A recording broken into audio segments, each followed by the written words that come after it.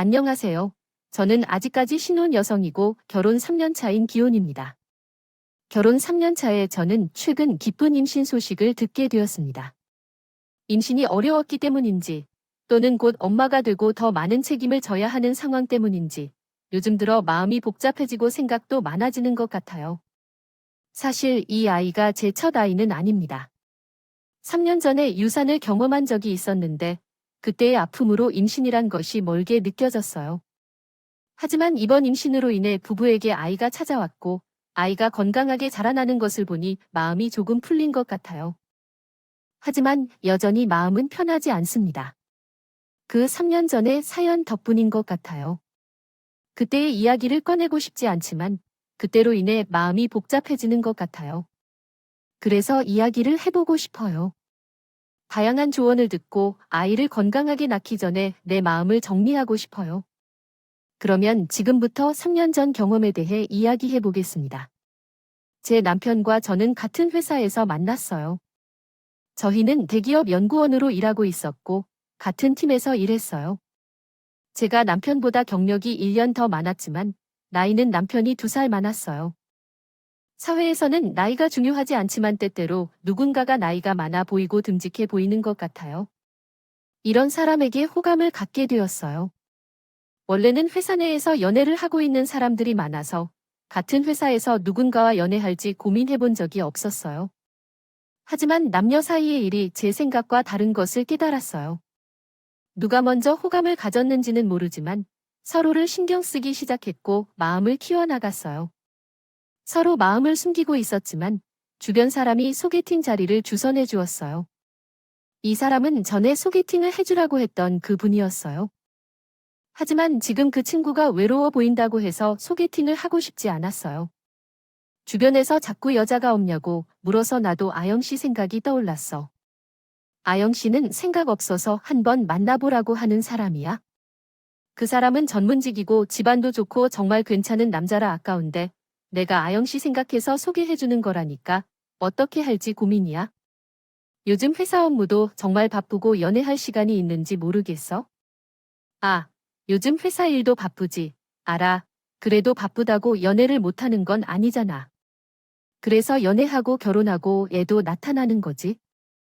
어차피 그 사람도 바빠서 여유 시간은 비슷할 거야.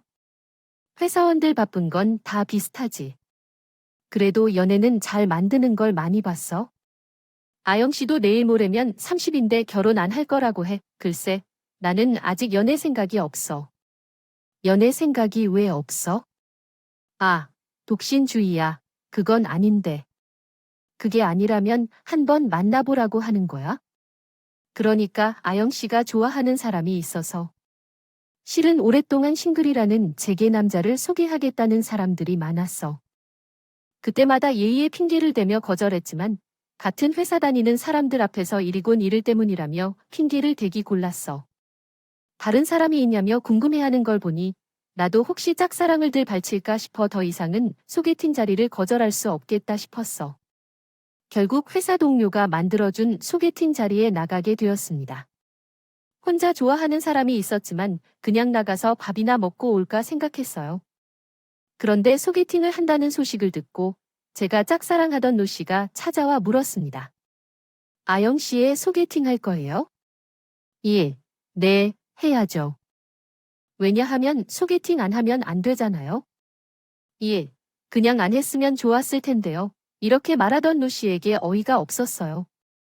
나중에야 직장 동료 때문에 좋다는 이유로 고백도 못하고 있었는데 소개팅을 나간다고 하니 말해야겠고 자기도 머리가 아프다고 했어요.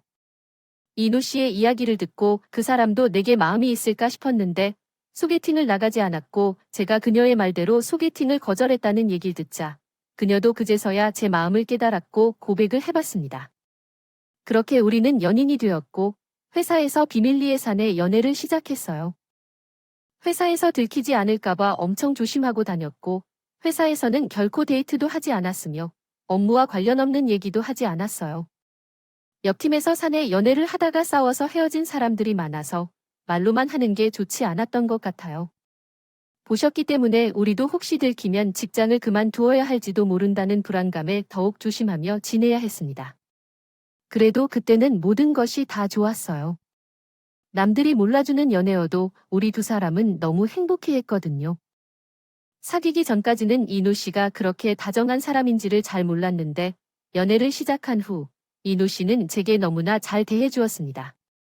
자기도 출근 준비로 바쁠 때에도 매일같이 모닝콜을 해주며 저를 깨워주었고 회사에서도 아무도 눈치채지 못하게 저를 챙겨주곤 했어요. 덕분에 팍팍했던 회사 생활도 즐거워지고 연애를 시작한 저는 온 세상이 핑크빛처럼 아름답게만 보였습니다. 20대 후반에서 조심스럽게 시작한 우리는 만나면서 점점 더 깊은 관계를 약속하게 되었습니다. 솔직히 그때만 해도 저에게는 결혼이 너무나 먼 이야기였는데 이노 씨를 만나면서 결혼을 하면 행복할 것 같다는 생각이 자주 들었었어요. 그 사람의 다정한 모습도 좋았고 이것저것 아는 것도 많았으며 쉬는 날에는 목공예를 하는 의외의 취미도 마음에 들었죠. 이상형이 내 남자 취향이라고 생각하지 않았던 제가 이런 사람이 내 이상형이었구나 싶을 정도로 마음을 열었던 유일한 사람이었습니다. 이노 씨 역시 나를 여태 만난 누구보다도 사랑한다고 말해주었고 그렇게 우리는 서로가 마지막 사랑이라는 것을 깨닫게 되었어요. 고민 끝에 결혼이라는 중대사를 약속하고 서도 저희는 당장 결혼을 해야겠다는 생각은 하지 못했습니다. 그때 이노 씨 나이가 30, 제 나이가 28이었으니 결혼 정년기였지만 결혼이라는 게 마음만으로 해결되는 일들이 아니잖아요. 모아놓은 돈이 있어야 결혼식도 하고 신혼집도 구하고 혼수도 마련할 텐데 이노 씨가 여력이 많지 않았거든요. 저희 회사가 나름 대기업의 연구원, 연봉도 또래에 비해 높은 편이었지만 이노 씨는 모아둔 돈이 그리 많지 않았습니다. 그렇다고 이노 씨가 씀씀이가 크다거나 다른 문제가 있는 건 아니었어요. 이노 씨는 대학생 시절 아버지가 일찍 돌아가시고 그 후로 어머니와 지내왔는데 평생 전업주부로 일 한 번 해본 적 없던 어머니 대신 이노 씨가 집안의 가장이 되어야 했고 이노 씨는 대학생 시절부터 아르바이트를 해오며 어머니께 생활비를 가져다 드렸다고 했어요.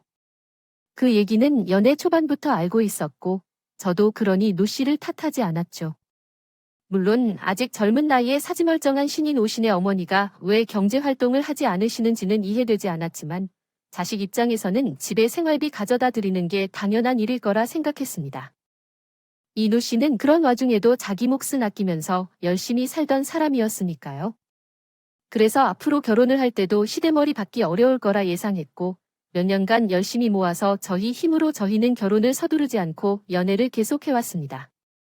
양가 집안에서도 서로 만나는 사람이 있다는 것을 알았고 결혼을 생각하고 있다는 것도 알고 계셨습니다. 결혼은 앞으로 몇 년이 남았을 것 같아서 인사를 드리는 것이 조금 부담스럽게 느껴졌습니다. 어느 날 운명처럼 이노 씨 어머니를 만나게 되었습니다. 데이트를 하던 중에 갑자기 뒤에서 누군가가 저를 탁 쳤고 너무 놀라서 뒤를 돌아보니 이노 씨 어머니가 서 계셨습니다. 어머니는 매우 놀라는 듯한 표정이었고 저도 당황스러웠습니다. 그러나 제 소개를 먼저 해드리기로 결심했습니다. 당신의 이야기 나도 이렇게 많이 들었어요. 우리 노란색 옷을 입은 그대를 보고서 너라고 생각해서 그랬어요. 하지만 우리 이노가 아니었으면 알아보기 어려웠을 거야. 실물과 사진이 조금씩 다르니까. 하지만 그대들은 어디론가 가고 있나요? 우연히 만난 것도 인연인데 함께 얘기나 나누러 갈래요? 그렇게 얼떨결에 노 씨 어머니와 자리를 함께 하게 되었습니다. 알았으면 옷도 더 단정하게 입었을 텐데라며 열심히 차림을 정리하고 있었죠. 카페에 앉아서 주문하러 일어난 노 씨를 지켜보던 어머니는 아무 말 없이 기분 좋지 않은 표정으로 저를 쳐다봤어요. 말도 없이 뚫어져라 쳐다보시는 어머니 앞에서는 어떻게 행동해야 할지 막막했어요. 게다가 예비 씨의 어머니 앞에서라고 생각해서 긴장이 되어 갑자기 어지러운 기분이 들었어요. 아영이, 너 쌍꺼풀 수술했어? 어머니, 제가 그런 건 아니에요. 뭐런데요? 저는 그냥 이렇게 태어난 사람이라고요. 정말 아니에요. 어머니, 그게 차연이라는 거야? 내가 볼 때 알아요. 그게 자연스럽게 나올 수 있는 라인이 아니라서 성형했다고요? 걱정해서 말하는 건 없어요. 제가 원했으면 했던 것은 사실이에요. 그러나 정말로 안 했어요. 부모님 둘 다 쌍꺼풀이셨어요. 그래서 받았나 봐요. 그러니 코는 못했어요. 주사도 무서워해서 병원을 잘 안 가요. 어머니가 제 얼굴을 잘 들여다보셨나 봐요. 어머니가 제 어느 부분이 고향인지 알고 싶어 하셨어요. 손이라도 됐으면 솔직히 할게요. 정말로 성형시술을 받은 적이 없어요. 아영이가 처음부터 보고 싶었는데 오늘은 안 돼요. 여전히 결혼도 안 했는데 왜 보는 거야? 결혼할 때면 자주 만나는 게 좋지 않냐고 요즘 조부모님 하신 도입붐을 향던 내 엄함. 제가 오늘 만나게 되어서 기쁘다. 그래, 우리 이렇게 만나게 된 것도 인연이니까 앞으로도 자주 만나 그러자. 그럼 만남을 귀로 이용해서 오늘 저녁에 같이 밥을 먹자. 엄마, 용이 불편한가 봐. 왜 이러세요? 밥은 다음에 먹으실 건데요. 저는 괜찮아요. 어머님 식사하시고 들어가시오. 제가 대접할게요. 뭐 드시고 싶은 게 있으세요? 어머니, 영희야. 너 돈 많이 벌어서 카트 회사 다닌다고 했으니 적지 않겠지만 그래도 그 아이는 우리 이누보다 더 펀이하더니 나보다 문제 많이 애티대영 아마 어느 정도 결혼하고 아이가 나오면 필요는 없겠지만 그런 거 싸움다 애 나오고 싸이다 고고하 가장된 바가고 나는 대끔 먹겠다. 하지만 나비 먹어야겠다. 왜 이러세요? 밥은 다음에 먹으실 건데요. 저는 괜찮아요. 어머님 식사하시고 들어가시오. 제가 대접할게요. 뭐 드시고 싶은 게 있으세요? 어머니, 영희야.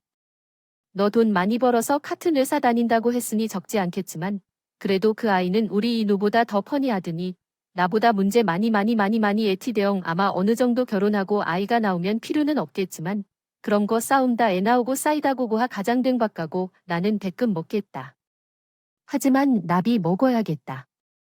어머님은 친구하고 이렇게 이야기하는 모습에 분명 창피해하셨을 것입니다. 어떻게 반응해야 할지 고민스럽다면 어머님을 위로하고 상황을 유쾌하게 넘기는 것이 좋을 것 같습니다. 그리고 민감한 얘기에 대해 무시하거나 비방하지 않는 것이 중요합니다. 어떤 말을 선택하더라도 마음을 표해주는 것이 중요합니다. 어머니의 변화된 태도에 당황한 주인공은 어머니에 대한 배려가 잘못된 방향으로 이해되었음을 깨닫습니다. 어머니의 자격망심과 자신에 대한 오해로 인해 불편함을 느낀 주인공은 현실을 직시하고 어머니와의 관계를 다시 고민하게 됩니다. 마침내 첫인상이었던 인어는 주인공에게 안심과 격려의 말을 건네며 어머니의 행동이 그저 일시적인 것이었음을 설명하여 주인공을 다독입니다. 이러한 상황에서 주인공은 어머니와의 관계를 이해하고 받아들이며 자신을 돌아보고 사랑과 이해를 바탕으로 삶을 이끌어 가야 한다는 교훈을 얻게 됩니다. 그동안 말씀드렸던 것들에 대한 심정이었어요. 처음 만난 것만으로도 걱정이 되고 그 후로 문제들이 끊임없이 발생했어요. 노씨 어머니가 영 정말 싫어하는 듯한 느낌을 받았고 어머니는 노씨에게 너무 싫어하는데 그냥 그 사람과 헤어져 라고 말했어요.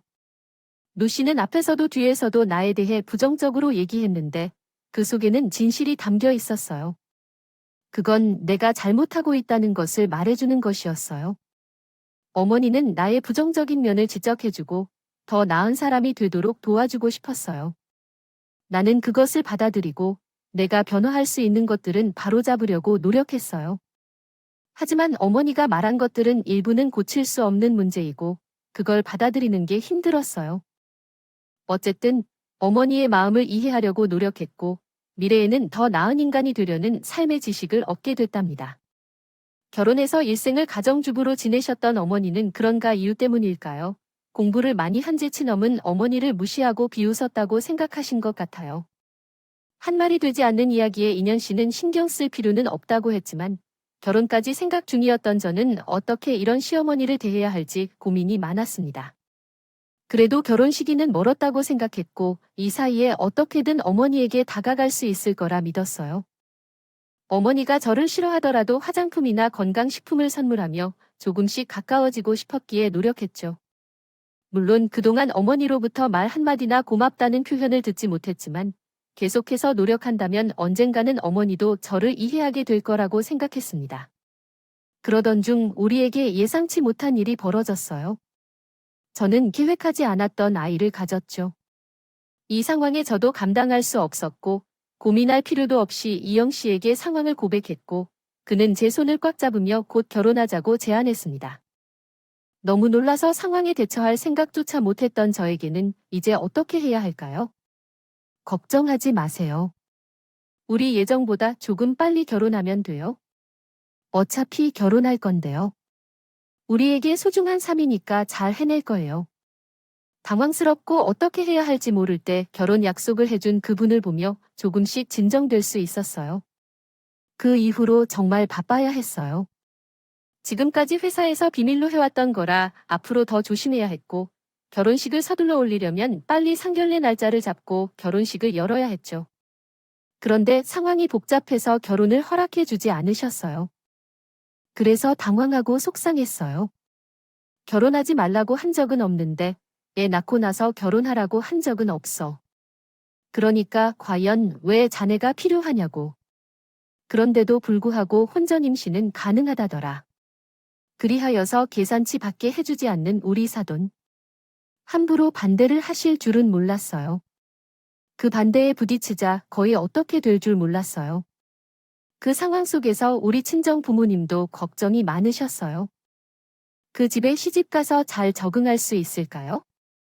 이런 상황에서도 판을 대하는데 판대하는 결혼에서 내가 행복할 수 있겠어. 그럼 어떻게 애도 있고 나도 인어 씨랑 못해 어지러워. 우리도 이 눈은 봐서 좋은 사람인 거 해야겠다만 아무리 그래도 어떻게 그런 집에 시집에 간다는 게 친정 부모님도 결혼 허락도 받아주지 못하고 있는 저를 염려하셨습니다. 그래도 믿음직한 사위는 마음에 드셨는지 마지못해 저희를 허락하고 시골집에서 확답을 받아오기를 기다려 주셨어요. 그 뒤로 저희는 매일 시어머니의 마음을 돌리려 애를 썼습니다. 이노 씨는 매일같이 어머니와 대화를 하고 어머니 마음을 돌리려 노력했고 저도 매일 저녁에 퇴근하고 시어머니를 찾아뵐 때마다 결혼 허락을 받으려 애썼습니다. 하지만 어떤 노력에도 결혼 허락을 받지 못해 점점 몸도 마음도 너무 어려워져서 절대로 너무 힘들어요. 어떻게 시어머니 마음을 돌릴 수 있을까요 싶어 잠도 자지 못했고 결혼 얘기를 알릴 수 없는 상황에서 회사에서도 조심조심해서만 다뤄야 했어요. 갑자기 커피도 술도 안 마시고 몸을 신경 쓰는 저를 보고 의심되리라 할지 몰라서 주변 사람들에게는 보약을 먹었다며 거짓말까지 해야 했습니다. 회사에서는 거짓말을 해야지 집에서는 성가시게 걱정하는 부모님을 안심시켜야 하는데 언제쯤 허락해 주실까 내심 불안한 마음까지 모든 게 힘들었어요. 정말 하루라도 빨리 결혼 허락을 받고 싶었어요. 선물 공세, 선물을 주는 행사가 없었어요. 제가 엄마에게 잘해드리겠다고 허락을 구해봤지만 시어머니는 제 말을 들어주지 않으셨어요. 오히려 시어머니는 제가 앞에서 애처롭게 보이는 모습을 좋아하신 것 같더라고요. 어느 날은 너무 피곤해서 시어머니를 찾아가지 못한 것을 이유로 화를 냈어요. 시어머니는 이렇게 금방 포기할 줄 알았다며 내게 허락하지 않았어요. 네가 그런 애랑 결혼한다면 내 인생이 망할 거야, 그랬어요. 모든 노력이 물거품이 되었고 시어머니는 애를 가지고 나를 욕하며 꼬투리를 잡는다 해요. 그 순간에는 결혼을 포기하고 싶은 마음이 들었어요. 혼자 애를 키우는 게 나을지도 모르겠다는 생각까지 들었죠. 그럴 때 목사님이 제게 어머니와 대화해보라고 조언해 주셨어요. 그렇게 난 무시하는 마음으로 어머니와 대화를 시도했어요. 그동안 힘들었을 거요. 사실 저도 힘들었지만 상대방도 힘들었을 거라고 생각했어요. 결혼 문제로 인해 대출 문제, 재정 문제 등 여러 고민을 했을 테니까요. 결혼이 일찍 당겨졌기 때문에 결혼 허락을 받는 것이 우선이었지만 결혼을 하기 위해서는 돈 문제가 가장 큰 걱정이었습니다. 그래서 노 씨의 노력을 알고 있던 나는 그 사람에게 굳이 짜증을 내지 못했습니다. 서로 이해하고 함께 극복하려고 노력했지만 끔찍한 일이 벌어졌습니다. 그때 임신 14주 차였습니다. 출근길에 갑자기 피가 보여 출근도 못하고 혼자 병원을 찾아갔고 결국 아이 유산 소식을 들었습니다. 14주 차에는 이미 중기에 접어들어 수술이 필요한 상황이었습니다. 의사는 최대한 빨리 수술하는 것이 좋다고 말씀해 주셨습니다. 술이 필요하다는 말을 받아들이지 못했습니다. 다음 날 이노 씨와 함께 병원에 가서 수술을 받았습니다. 며칠 동안 쉬어야 한다는 말에 월차를 써서 집에 누웠습니다. 이노 씨의 부모님은 아무 말도 하지 않고 죽을 끓여 먹여주셨습니다. 아이를 잃은 죄책감과 슬픔에 부모님의 힘듦을 공감했습니다. 그 당시 저의 몸과 마음은 너무나도 어렵고 지치는 일들이 있었어요. 그때는 인현 씨에게도 집으로의 소식을 전해줬을 거예요. 유산을 한 사실에 대해 시어머니가 어떤 기분일지 생각을 하지 않았습니다. 그저 앞으로 우리는 가족이 되고 어른으로서 직접 얼굴을 마주하고 이야기하는 것이 좋을 것 같다고 생각했어요. 제 출산 휴가 마지막 날, 저는 과일 바구니를 들고 시댁을 찾았습니다. 솔직히 말하자면 어머니가 위로해줄 거라는 희망이 있었던 것 같아요. 하지만 어머니가 그러한 상황을 듣게 되면 어떻게 마음이 아플지 생각하니 미안했습니다. 우리는 짧은 시간이지만 서로를 알아가고 지내온 관계이니 조금은 이해해주지 않을까 생각했고, 어쩌면 어머니도 마음이 아플지도 모르겠다는 생각을 했습니다. 서로 위로하고 이 어려움을 함께 이겨내면 앞으로는 더 나은 일들이 있을 거라고 기대했어요. 그러나 현실은 막장 드라마보다도 더 심각했어요. 아직도 그 순간을 회상하려고 할 때 그 사람이 한 말을 제 손으로 적으려 했지만 끔찍한 기억이라 설명하기 힘들어요. 그때 의사로부터 받았던 의료진의 호의를 전달하고 싶었지만 시어머니는 다음과 같이 말씀하셨습니다. 아이, 차이가 난다. 넌 이제 내 며느리가 아니야. 그 한마디에 제 심장은 종결되었어요. 쿵 떨어지는 기분이었습니다. 아이를 잃은 세계에서 잘 됐다는 말을 하다니 어떻게 사람이 그런 말을 할 수가 있을까요? 내가 며느리가 되는 게 그렇게나 싫었던 건지, 저는 그동안 제가 했던 수많은 노력들과 진심들이 다 짓밟히는 기분을 느껴야 했습니다. 그 얘기에 놀란 것은 저뿐만이 아니었습니다. 당황하고 화가 난 제가 뭐라 말을 하기도 전에 옆에 앉아있던 인우 씨가 먼저 소리를 질렀으니까 해요. 엄마, 지금 뭐라고 하시는 거예요? 하유 깜짝이야. 아니, 너는 왜 갑자기 소리를 지르고 그러니? 뭐, 내가 또 무슨 말했다고 그래? 잘 됐더라고요. 며느리 아니라고요. 엄마는 지금 아용이 앞에서 그런 말이 나와요. 내가 틀린 말했니? 내가 판단하는데도 내 생각 없이 앞세워서 결혼 허락해달라. 억지를 부리더니 이제 없으니 너들 결혼 허락할 일도 없고 잘 된 거잖아. 그러게, 내가 진작 헤어지라 할 때 헤어졌어야지. 그런데 지금 내가 그런 시 모를 앞에서 화를 내는 일이야?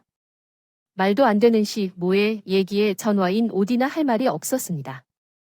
아무리 못 배워서 무식하고 어제가 만만하다고 해도 사람의 도리라는 게 있는데 그렇게까지 저를 싫어하고 무시하는 시 모를 보니 저도 오만정이 다 떨어졌습니다. 내가 이런 사람을 시어머니라고 생각하고 마음을 돌리려고 했던 것이 바보같이 생각될 뿐이었죠. 결국 저는 그 자리에 한시도 더 있기 싫어서 저를 붙잡는 인 5시의 손을 뿌리치고 집을 뛰쳐나왔습니다. 아, 영아, 미안해. 내가 대신 사과할게. 나도 설마 엄마가 그런 소리까지 할 줄은 몰랐어. 그래도 나는 그런 생각 아닌 거 알잖아.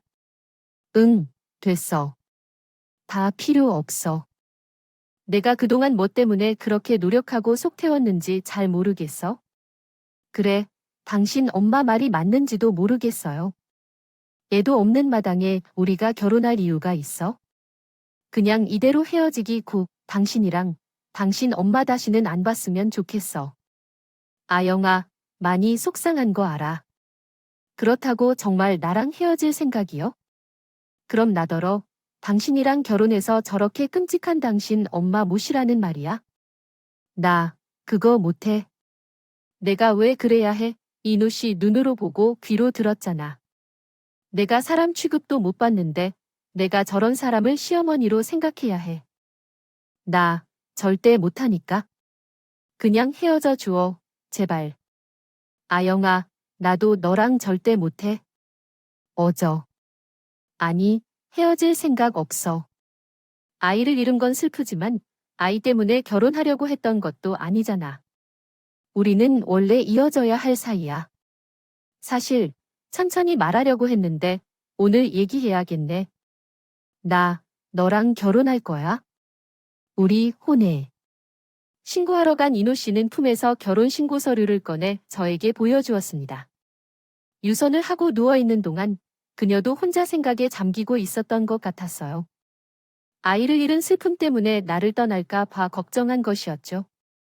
저도 마찬가지로 그녀를 매우 사랑했고 그녀가 이혼을 원한다면 거리낌 없이 받아들일 마음이었지만 결국 시어머니라는 사람 때문에 그렇게 할 수 없었습니다. 그래도 안 돼요. 나는 정말 당신과 함께 살고 싶어. 내가 노력해서 해결책을 찾을 테니까. 하지만 어떤 노력도 헛수고였죠. 인호 씨도 그 옆에서 보고 있었어요. 그렇다고 인호 씨가 어머니와 인연을 끊을 수는 없으니 우리는 헤어져야 한다고 생각했어요. 맞아요. 그러니 걱정하지 말고 나와 결혼해줘. 아, 네. 결국 남편은 자신의 엄마가 아닌 나를 선택했고 나에게 그 결단을 보여주겠다며 설령 바로 구청으로 가서 혼인신고 서류를 제출했습니다. 상황은 급박했지만 우리 마음은 이미 서로 깊게 이해하고 있었어요. 나도 그런 남편의 행동을 방해하지 않았죠. 이렇게 우리는 공식적으로 부부가 되었어요. 구청에서 시작한 우리는 그 뒤로 함께 집을 찾아 들었으며 혼인신고를 먼저 한 뒤 몇 달 안에 결혼식을 올릴 예정이에요. 이미 한 번 결혼을 허락받은 상태였기 때문이죠. 부모님께서 사위를 끝까지 믿어주시며 우리의 결정을 지지해 주셨어요. 부모님의 허락을 받은 남편은 집에 돌아가 자신의 어머니 앞에서도 결혼을 결심했어요. 하지만 어머니가 난리를 치며 떠나라고 말씀하셨고 그를 보던 남편은 이미 혼인신고를 했다고 말했어요. 어머니는 아들이 결국 자신을 버리고 며느리를 선택했다며 거품을 물며 쓰러졌다고 했어요. 남편은 오동작 없이 신혼집을 구하고 결혼식을 앞두고 있었어요. 남편은 결혼을 하되 혼주석을 두고 신혼집을 구했지만 시댁이 어떻게 알았을까요? 시모는 결혼식에 대해 알게 되자 바로 연락을 했어요. 결혼식이 다가오면서도 아직도 연락을 안 받았다며 내 연락이 닿지 않는다는 걸 알면서도 중간에서 잘 해야 한다고 했어요. 요점은 결혼식을 앞둔 상황에서 시모의 전화를 받아내기 위해 중간에서 조치를 취하고 결혼식을 준비해야 한다는 것이었어요. 신중해야 해. 짐을 가져오는 그 난리를 피워놓고 도아들과 연금을 기하실은 것인지 이제 와서 며느리를 찾고 있었습니다. 나한테 며느리 아니라며 쫓아낼 때는 언제든지. 이제 와서 며느리를 도리 찾는 시를 보니 웃음밖에 나오지 않았어. 며느리야 시어머니야. 왜 그쪽의 며느리인가? 나 며느리 아니라고 먼저 그러셨던 게 누구야? 나 결혼식을 하는 건 맞지만 우리 남편은 알아서 나는 시어머니가 없거든. 그래서 며느리 찾으시려면 다른 데서 알아보세요. 아니, 너 왜 그런 말을 또 그렇게 섭섭하게 하니? 내가 그때 너한테 서운하게 좀 했다고 이러면 안 돼?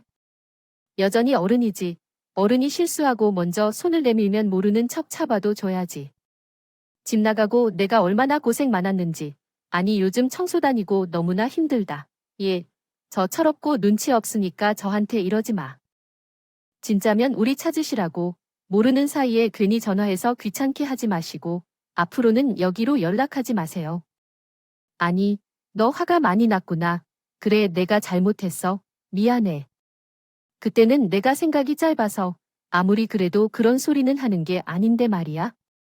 나도 이제 반성하고 있고 너를 내 며느리로 생각하고 있어. 그때는 꽃게 키우는 아들 참가 보내려니 심술이 좀 나서 그런 거야. 그걸 이해 좀 해. 과거가 어떤 상관이 있겠어요? 이 앞으로 차례의 멘트가 능숙하지 않을까요? 아들과 연인이 끊긴 삶을 살아야 했던 것 같아요. 아마 그래서 마지막으로 내게 연락을 한 것 같아요. 뒤늦게 후회하며 애걸하는 시모의 모습을 보면 사람이 얼마나 비참해질 수 있는지 깨닫게 되었어요. 기세등등할 때는 무시하고 다 잃은 뒤에 후회하는 시모의 모습이 가슴 아파요. 하지만 이제 와서 후회해봐야 너무 늦었네요. 시모에게 전화가 왔다는 얘기를 했더니 남편이 화를 내면서 제 핸드폰을 가져가서 시모 번호를 차단했어요. 앞으로는 그 사람 전화는 받지 않겠다고 하고 있어요. 일을 할 때는 무시하고 다 잃은 뒤에 후회하는 시모의 모습이 인상적이에요. 그러나 이제 와서 후회해봐야 너무 늦었어요. 시모에게 전화가 왔다는 얘기를 했더니 남편이 화를 내면서 제 핸드폰을 가져가서 시모 번호를 차단했어요. 앞으로는 그 사람 전화는 받지 않겠다고 하고 있어요. 쓸데없는 소리를 듣지 않게 해달라고 남편에게 요청했어요. 그리고 스트레스를 받으면 그냥 전화를 끊으라고 하더라고요. 또한 임신한 이후로 시댁과 연락을 끊고 남편과 행복한 결혼 생활을 이어나가고 있어요. 이제 태어날 아이에게 할머니의 존재를 지워야 하는지 여부에 대해 걱정이 드는데 남편과 함께 더 많이 고민하고 싶어요. 여러분들과 함께 나의 이야기를 공유하고 싶어요. 감사합니다. 감사합니다. 여러분의 지혜로 저를 도와주셔서 감사합니다. 여기까지 전이었습니다. 감사합니다.